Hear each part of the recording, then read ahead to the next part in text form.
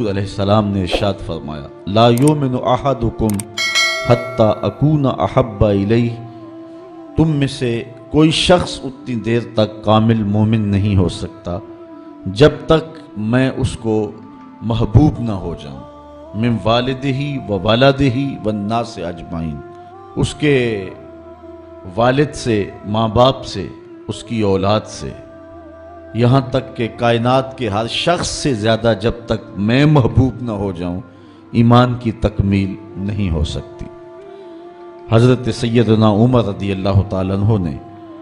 بارگاہ رسالت مآب صلی اللہ علیہ وسلم میں عرض کی لَأَنْتَ یا رسول اللہ صلی اللہ علیہ وسلم احب الی من کل شیء الا نفسی، حضور آپ مجھے کائنات کی ہر شے سے زیادہ محبوب ہیں، لیکن میں جو اپنی کیفیت پا رہا ہوں وہ آپ کے سامنے رکھ رہا ہوں، مجھے اپنی جان سے زیادہ آپ محبوب نہیں ہیں۔ تو حضور نے ارشاد فرمایا لا والذی نفس بیدہ حتی اکون احب الیک من نفسک، عمر مجھے قسم ہے اس ذات کی جس کے قبضے میں میری جان ہے، اتنی دیر تک تمہارا ایمان مکمل نہیں ہوگا جب تک سب سے زیادہ میں محبوب نہ ہو جاؤں۔ حضرت عمر رضی اللہ تعالیٰ عنہ نے عرض کی الآن احب الی من نفسی، حضور اب جو ہے وہ آپ مجھے اپنی جان سے بھی زیادہ آپ محبوب دکھائی دے رہے ہیں۔ حضور نے فرمایا الآن یا عمر اب تمہارا ایمان مکمل ہو گیا ہے۔ تو جب تک کائنات میں سب سے زیادہ حضور محبوب نہیں ہو جاتے تو ایمان کی تکمیل نہیں ہوتی۔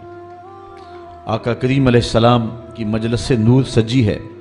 حضرت انس بن مالک رضی اللہ تعالی عنہ روایت کرتے ہیں ایک شخص آیا اور حضور کی خدمت میں عرض گزار ہوتا ہے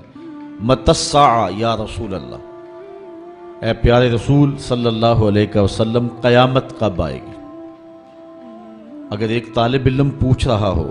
کہ استاد جی امتحان کب ہوں گے تو اس کا مطلب صاف صاف یہ ہے کہ اس نے بھرپور تیاری کر رکھی ہے اور بے چینی سے اسے امتحانات کا انتظار ہے۔ تو اس نے کہا متی الساعہ، قیامت کب آئے گی؟ تو حضور نے اس کو جو جواب دیا فرمایا ما اعددت لہا، قیامت کا پوچھ رہے ہو اس کے لیے تیاری کیا کر رکھی؟ تو شخص کا جواب سنیے، اس نے عرض کی ما اعددت لہا من کثیر صلاۃ ولا صوم ولا صدقہ ولکن احب اللہ ورسولہ، میں قیامت کی تیاری کے لیے نمازوں، روزوں اور صدقات کی کثرت نہیں رکھتا۔ بعض ہمارے خطبہ جوش خطابت میں کہہ دیتے ہیں کہ اس نے کہا کہ یا رسول اللہ نہ میں نمازیں پڑھی ہیں نہ میں روزے رکھے ہیں، یہ کیسے ہو سکتا ہے کہ ایک صحابی رسول ہو اور وہ نماز نہ پڑھتا ہو اور وہ روزے نہ رکھتا ہو؟ اس نے روزوں اور نمازوں کی کثرت کی نفی کی ہے۔ لفظ جو حدیث کے ہیں وہ یہ ہیں، اس نے کہا ما اعددت لہا من کثیر صلاۃ ولا صوم ولا صدقہ، میرے پاس نمازوں اور روزوں اور صدقے کی کثرت نہیں ہے،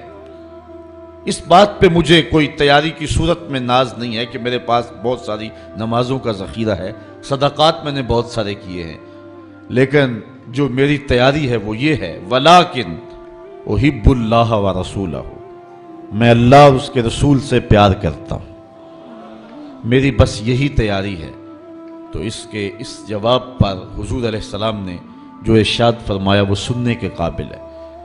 آقا کریم علیہ السلام نے ارشاد فرمایا انت مع من احببت، تو جس کے ساتھ محبت کرتا ہے اسی کے ساتھ ہوگا۔ اب حضرت انس بن مالک رضی اللہ تعالی عنہ اپنی رائے دیتے ہیں، فرماتے ہیں فما فرحنا بے قول نبی صلی اللہ علیہ وسلم انت مع من احببت، کہتے ہیں ایمان لانے کے بعد زندگی میں کبھی اتنی خوشی نہیں ہوئی تھی جتنی خوشی اس قول کو سن کے ہوئی کہ حضور علیہ السلام نے فرمایا کہ تم اس کے ساتھ ہوگے جس سے محبت کرتے ہو۔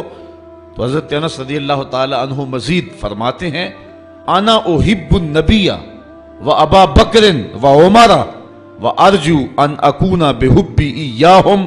وَإِن لَمْ أَعْمَلْ بِمِثْلِ أَعْمَالِهِمْ، کہتے ہیں میں اللہ کے رسول سے پیار کرتا ہوں، میں حضرت ابو بکر سے پیار کرتا ہوں، میں حضرت عمر سے پیار کرتا ہوں اور ان کی محبت کی وجہ سے میری خوش نصیبی کہ میں ان لوگوں کے ساتھ ہوں گا، اگرچہ میرے اعمال ان کے اعمال جیسے نہیں ہیں، لیکن حضور کا یہ فرمان تو جس سے پیار کرتا ہے اس کے ساتھ ہوگا۔ فرماتے ہیں کہ پھر ہماری خوشی کی انتہا نہ رہی، اور ایمان لانے کے بعد صحابہ سب سے زیادہ اگر کسی قول پہ خوش ہوئے ہیں، کسی بات پہ بہت زیادہ انہیں فرحت ہوئی ہے، تو وہ اس بات پہ فرحت ہوئی ہے کہ حضور نے ارشاد فرمایا انتا ما من احببتا، تو اس کے ساتھ ہوگا جس کے ساتھ تو محبت کرتا ہے۔ مولا کائنات سیدنا علی المرتضیٰ رضی اللہ تعالی عنہ اس محبت کی کہانی کو کتنے دل آویز پیرائے میں بیان کرتے ہیں۔ علاقوں کے لوگ جہاں پانی وافر ہے وہ اس مفہوم کو اتنی گہرائی سے نہیں سمجھ سکتے، لیکن صحرائی لوگ اس بات کو بڑی خوبی کے ساتھ سمجھتے ہیں کہ انہوں نے کس فصاحت اور کس بلاغت کے ساتھ حضور کے ساتھ اپنے پیار کا اظہار کیا۔ چلو آج کل ماہ صیام ہے تو روزہ کھلنے کے قریب جو کیفیت ہوتی ہے اس کو تصور میں رکھ لیں تو حضرت علی کے فرمان کو سنیں۔ کہتے ہیں کان رسول اللہ صلی اللہ علیہ وسلم احب الینا من اموالنا و اولادنا و آبائنا و امہاتنا من الماء البارد علی الظما۔ کہتے ہیں کہ حضور ہمیں اپنے مال سے زیادہ پیارے تھے، حضور علیہ السلام اپنی اولاد سے ہمیں زیادہ پیارے تھے، حضور علیہ السلام ہمیں اپنے ماں باپ سے زیادہ پیارے تھے، اور حضور کتنے پیارے تھے، پیاس میں ٹھنڈا پانی جتنا پیارا ہوتا ہے حضور اس سے بھی پیارے تھے۔ اللہ اکبر، ٹھنڈے پانی کی جو طلب ہوتی ہے اور اس کے لیے دل میں جو رغبتیں اور اس کے لیے جو دل میں خواہشات ہوتی ہیں حضور اس سے بھی پیارے تھے۔ مطلب کیا کہ پیاس میں ٹھنڈا پانی زندگی ہے، اگر وہ پانی میسر نہیں آتا تو پھر زندگی کا خاتمہ ہو جاتا ہے۔ حضرت علی نے بلاغت اور فصاحت کے لفظوں کے ساتھ اس کہانی کو بیان کیا کہ حضور اتنے پیارے تھے، صحرا میں جس طرح کوئی شخص ہو اور وہ پیاس میں بلبلا رہا ہو تو اس کو پانی مل جائے، پانی کا ملنا اس کے لیے زندگی کا ملنا ہے، تو کہتے ہیں اس پانی کو